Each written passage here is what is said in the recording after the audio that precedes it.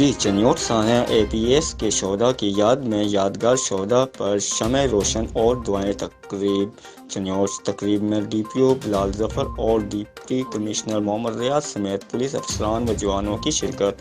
چنیوٹ شہداء army public school کے درجات کی بلندی اور ملک کی سلامتی کے لیے خصوصی دعائیں کی گئیں۔ چنیوٹ APS پشاور کے بچوں اور ساتھیوں کے اپنے لہو کا نذرانہ دے کر قوم کو دہشت گردی کے خلاف متحد کیا۔